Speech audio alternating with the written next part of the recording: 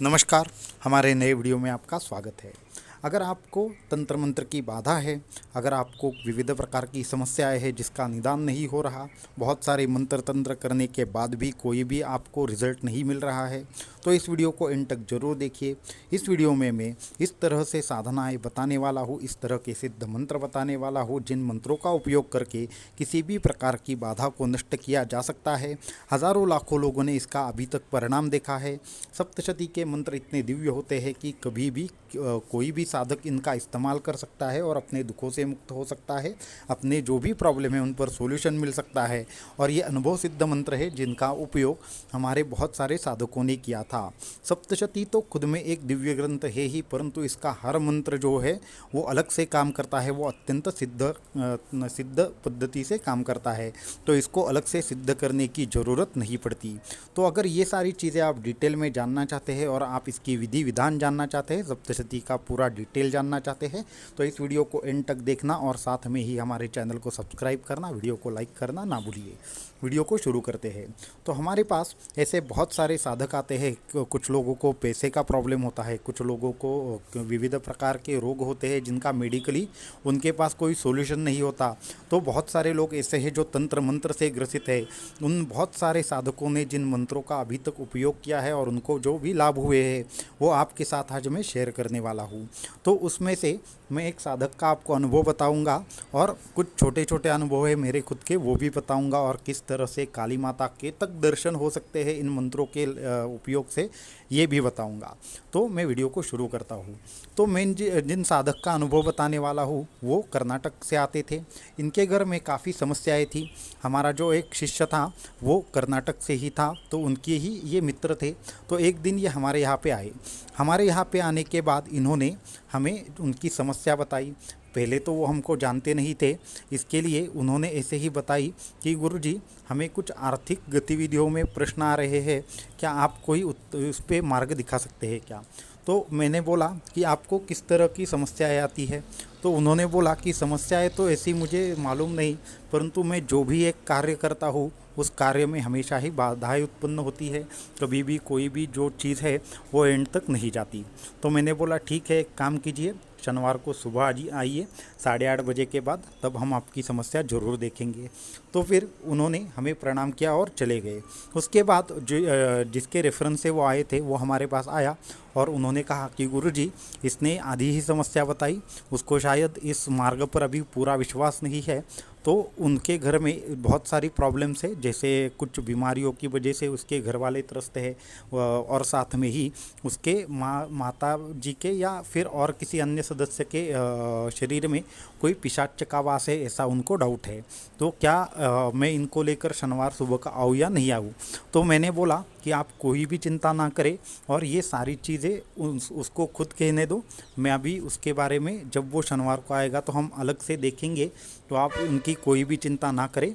उनका चाहे विश्वास हो या ना हो, दत्त गुरु सबको राह दिखाएंगे, माँ भगवती की सब पर योग्य तरह से कृपा होगी, आप फिक्र ना करें। तो ये हमारा दोनों का जो भी बोलना था वो पूरा हो गया। उसके बाद शनिवार को सुबह वो दोनों आए।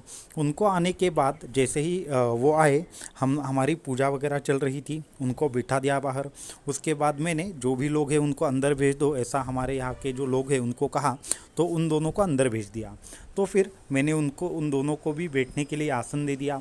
आसन देने के बाद परमहंस परिव्राजकाचार्य श्रीमद् वासुदेवानंद सरस्वती स्वामी महाराज जी की जो प्रतिमा थी उसके सामने उनको बोला कि यही हमारे जो गुरुवर है, तो इनको एक काम कीजिए, आप अपनी समस्या है इस पर राह दिखाने की इनको प्रार्थना कीजिए, बाद में आपकी समस्या दिखी जाएगी। तो उन्होंने प्रणाम किया और उन्होंने पूरा साष्टांग दंडवत करके वहाँ पे जो भी उनके मन की बात थी वो शायद कही होगी, और फिर उसके बाद 2 या 3 मिनट के बाद उन्होंने बोला कि गुरुजी, अभी आप मुझे गाइडेंस कीजिए। तो उसके बाद हमने 1 मिनट के लिए उनकी तरफ देखा और मैंने बोला कि आपके घर में कोई ऐसी व्यक्ति का मृत्यु हुई है जो लास्ट में आपके ही घर रहने के लिए थी, और उसका कोई भी आपने अच्छी तरह से देखभाल नहीं की। तो ऐसी कोई एक बुज़ुर्ग व्यक्ति आपके घर में मरी है 3 या 4 माह पहले। तो सबसे पहली बात। दूसरी बात है कि आपके जो भी गांव में एक बहुत बड़ा आपका घर है, उस घर में हमेशा ही आपको एक स्त्री नज़र आती है। ये दूसरी बात है। तीसरी बात है कि आप हमेशा बीमार रहते हैं और उस बीमारी का जो भी कारण है वो मेडिकल में कभी आपको नज़र नहीं आया। और आपको तीसरी एक बात होती है कि अमावस्या के दरमियान आपके कोई गला दबा रहा है, इस तरह से आपको लगता है। तो ये 4 आपकी मुख्य समस्याएं हैं। तो उन्होंने अचानक से अवाक होकर हाँ कह दिया और अभी उनको क्या बोलूँ ये समझ में नहीं आ रहा था। तो मैंने बोला ठीक है, अभी आप अपनी समस्या अपनी ओर से बताइए। तो उन्होंने कहा कि गुरुजी जो भी आपने सारी चीज़ें बता दी दो वो अत्यंत सत्य है, तो उसके लिए मैं क्या करूं और साथ में ही आर्थिक समस्याओं के लिए मैं क्या करूं। तो मैंने बोला कि क्या आपका भगवान के ऊपर भरोसा है? आपकी मुख्य देवता तो हमें काली माता नज़र आ रही है, क्या ये सत्य बात है? तो उन्होंने बोला हाँ, हमारे जो पिताजी है वो बंगाल से आते हैं, तो हमारी जो मुख्य देवता है वो काली माता है। तो मैंने बोला ठीक है, आपके घर में पहले से ही उपासना थी, आपके दादाजी बहुत बड़े काली माता के भक्त थे। तो उन्होंने बोला हाँ गुरुजी ये भी बात सही है। उसके बाद हमारे दादाजी की जब मौत हो गई तो उनकी अचानक से मृत्यु हो गई, इसके लिए भगवान के ऊपर रुष्ट होकर हमारे पिताजी ने सारी चीज़ें करना बंद कर लिया, परंतु वो काली माता ही हमारी मुख्य दैवत है, ये हमें मालूम है। तो फिर मैंने हंसकर बोला ठीक है, तो उन्हीं ने हमें आपको हमारे यहाँ पे भेजा है, उसके लिए मैं आपको आगे का मार्गदर्शन जरूर करूँगा।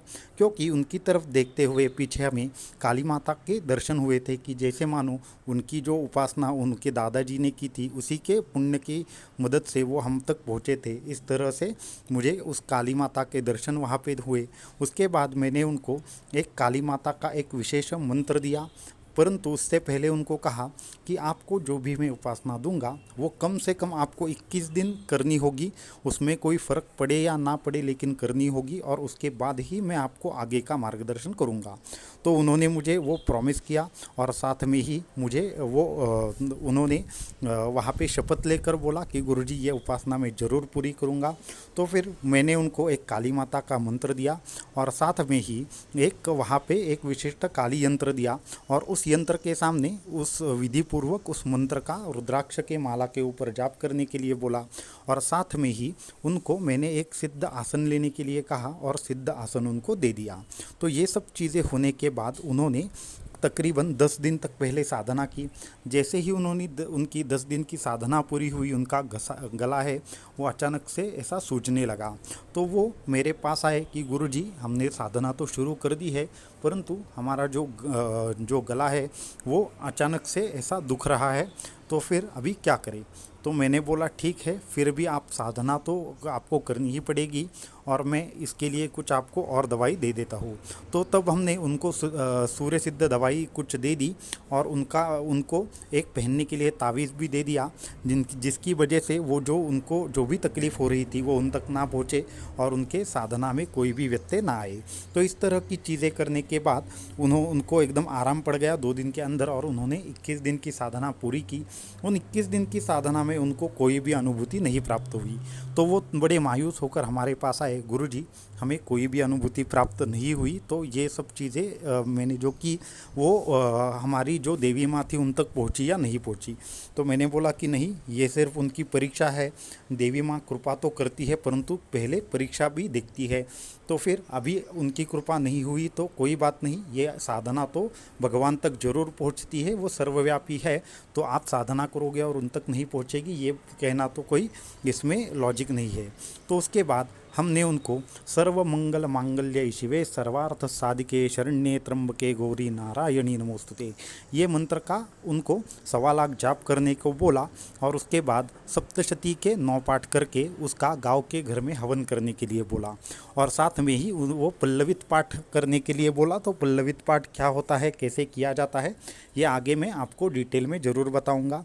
तो फिर इस तरह से उनको करने के लिए बोला और कमलाक्ष की माला भी लेने के लिए बोला। तो फिर उन्होंने सर्वमंगल मांगल्य का वो 1.25 लाख जाप का जो अनुष्ठान था वो पूरा किया, और वो पूरा करते करते उनको इस तरह से कुछ विचित्र अनुभूति आती थी कि मैं भी अवाक हो गया कि जैसे कि उन्होंने जब उनके 3 दिन हो गए तो 3 दिन के बाद उनको महालक्ष्मी माता के दर्शन हो गए। महालक्ष्मी का दर्शन उनको तकरीबन 15 मिनट तक हो रहा था और उनका तेज सहन ना होने की वजह से ये बेहोश भी हो गए। उसके बाद अचानक से इनके घर से ऐसा अत्यंत दिव्य सी सुगंध आने लगी, और वो इतनी ज़्यादा थी कि परिवार वालों सभी लोगों को ये गंध आने लगी। उसके बाद जब इनके 10 दिन हो गए तो इनको खुद काली माता के कुछ क्षणों के लिए दर्शन हो गए और वो अदृश्य हो गई।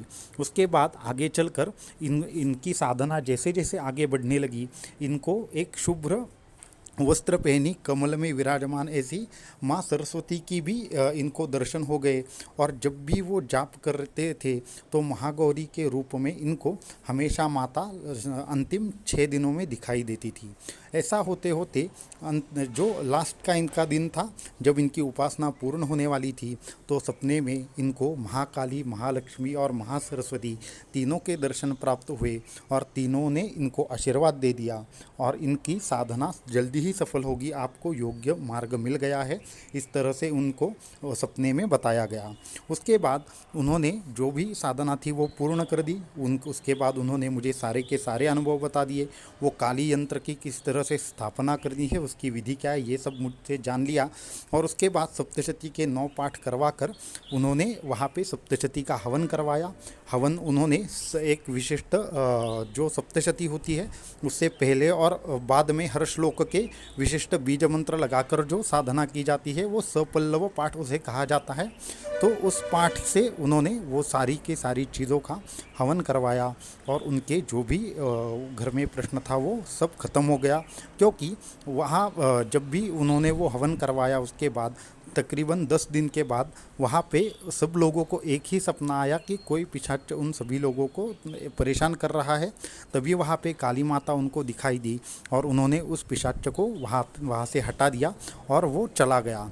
ये स्वप्न सभी लोगों को, घर में जितने भी थे उन सभी लोगों को एक साथ ही आया, और उनका उसके बाद जो भी उनके यहाँ पे तकलीफ़ होती थी वो सारी की सारी नष्ट हो गई।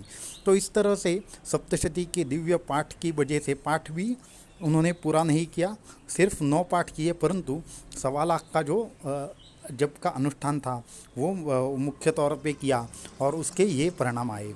और एक जो केस था उसमें उनको और भी इसी तरह की कुछ तकलीफ़ें थी, तो उनको सिर्फ मैंने कवच का पाठ करने के लिए बोला, परंतु वहाँ पे कोई पिशाच का वगैरह प्रश्न नहीं था। तो सिर्फ उनको विविध प्रकार की शारीरिक परेशानियाँ थी, तो उससे किसी भी मेडिकल में वो उसका एग्जैक्टली रिजल्ट मिल नहीं रहा था। तो सिर्फ कवच के पाठ से, कवच के हर रोज़ 11 पाठ उनको करने के लिए बोले। इस तरह करने से 11 दिन में ही उनकी जो भी टेस्ट थी वो नॉर्मल आ गई, और वो पूरा का पूरा जो उनका केस था वो सॉल्व हो गया। ऐसे ही एक जो आदमी था, उनको अपने कोर्ट के वजह से बहुत परेशान हो गए थे, तो शरणागत दीनार्थ परित्राण परायणे सर्वस्यार्ति हरे देवी नारायणी नमोस्तुते, इस तरह के मंत्र को मैंने उनको करने के लिए बोला, और उनके जो भी कोर्ट का प्रॉब्लम था वो ख़त्म हो गया।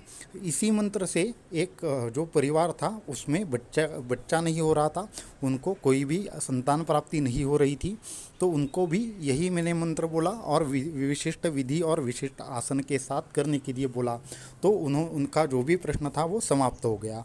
और एक परिवार था जिसमें एक साधक हमेशा साधना करते थे, या फिर उनकी साधना शुरू तो हो जाती थी पर ख़त्म नहीं हो जाती थी, तो उनको मैंने कवच कीलक अर्गला कुछ इस तरह से बताया कि उनके जब भी जो भी साधना हो, उस साधना से पहले उस विधि को करने की वजह से उनकी सारी साधनाएं संपन्न हो गई, और आत्मरक्षण विधि भी उनको उसी जो ये कवच कीलक अर्गला रहते हैं उनका मैंने बताया। और उसके बाद नमो देव्यै महादेव्यै नाम से एक मंत्र आता है, वो तो इतना दिव्य मंत्र है कि किसी भी प्रकार की बाधा हो वो पूरी की पूरी नष्ट हो जाती है, और उससे आपकी उन्नति हो जाती है। तो सप्तशती ये एक अद्भुत मंत्रों का समूह है।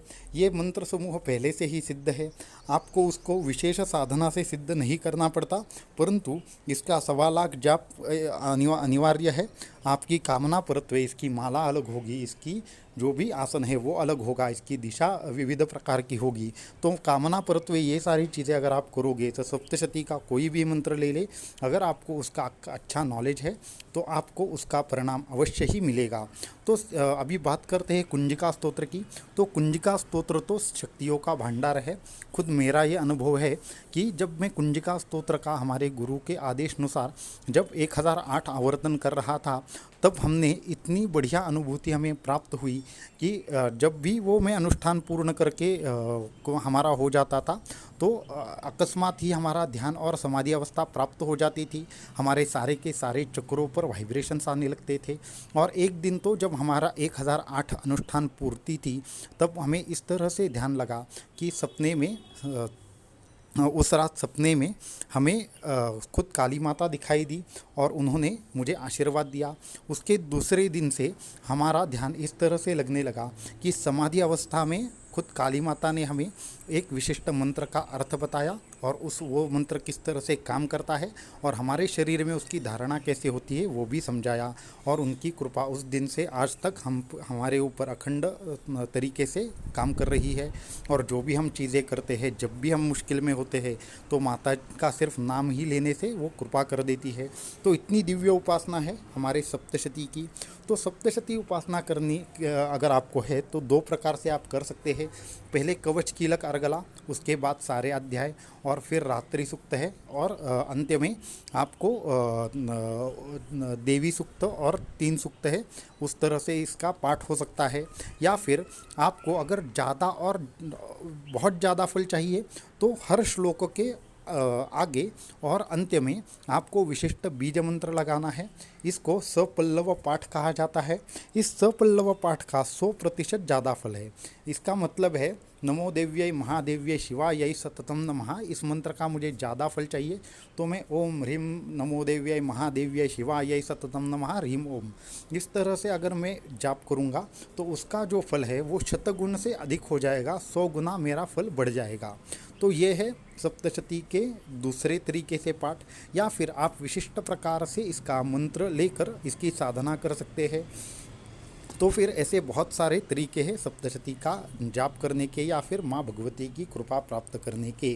तो इसके जितने भी अनुभव बताए जाए वो अत्यंत कम है, इतना ये सिद्ध ग्रंथ है। इनके जो भी 700 श्लोक है मुख्य, उन 700 में से कोई भी आप 1 श्लोक ले ले या 10 श्लोक ले ले, आपके ऊपर भगवती माँ की कृपा प्राप्ति निश्चित है और आपको उनके आशीर्वाद जरूर प्राप्त होंगे। उसके बाद ज्ञानी नामपि चेतांसी देवी भगवती ही सा, ये भी एक दिव्य मंत्र है। कहीं पे भी अगर आपको आपके जॉब में बढ़ोतरी चाहिए हो या फिर आपकी जॉब नहीं लग रही हो तो इस मंत्र का आप एकदम अच्छी तरीके से विशिष्ट माला के ऊपर जाप कर सकते हैं। सिद्ध आसन अगर आपके पास है तो इसका परिणाम सुनिश्चित हो जाएगा। तो इस तरह से इसके विभिन्न मंत्र है और उसके अत्यंत उच्चतम परिणाम है। तो उसके लिए सर्व बाधा प्रशमनम इस नाम से जो मंत्र है, तो वो सर्व बाधा प्रशमनम नाम का जो मंत्र है, उस मंत्र से सभी प्रकार की बाधाओं का नाश होता है। यहाँ तक कि एक पिशाच पीड़ित परिवार था, उसने इसी मंत्र का 1.25 लाख जाप किया था, तो उनके घर में जो भी बाधाएं थी वो समस्त बाधाएं नष्ट हो गई और आगे चल के माँ भगवती की उनके ऊपर कृपा हो गई। एक साधक थे जिनको आध्यात्मिक प्रगति चाहिए थी, वो बहुत दूर रहते थे और हमारे पास एक दिन आए थे। हमने सिर्फ उनको सप्तशती का पाठ दिया और वो श्रद्धा से 3 बार करने के लिए बोला। उनकी एज बहुत ज़्यादा थी, तकरीबन वो 45 या 50 के उम्र के रहे होंगे। एक दिन सपने में उनको दृष्टांत दिया माता काली ने और वहाँ उसके बाद हमारी और उनकी मुलाकात हुई। तो उसके बाद मैंने उनको सप्तशती का पाठ दिया और उसके लगातार पारायण करने के लिए विशिष्ट पद्धति से मैंने कहा। तो उनको इतनी ज़बरदस्त अनुभूति हुई कि खुद काली माता ने उनको सपने में आकर शक्तिपात दीक्षा दे दी और चीज़ें देखते देखते बदल गई। तो इसके लिए ये अत्यंत दिव्य साधना है। आप अपनी मनोकामना पूर्ति के लिए ये सारी साधनाएं करें। अगर आपको इस बारे में कोई भी प्रश्न है, शंका है, तो हमसे ईमेल के ज़रिए आप ज़रूर संपर्क कर सकते हैं। और इतना ही, अगले वीडियो में कुछ और बातें आपके लिए हम लेकर आएंगे। अवधूत चिंतन श्री गुरुदेव दत्त।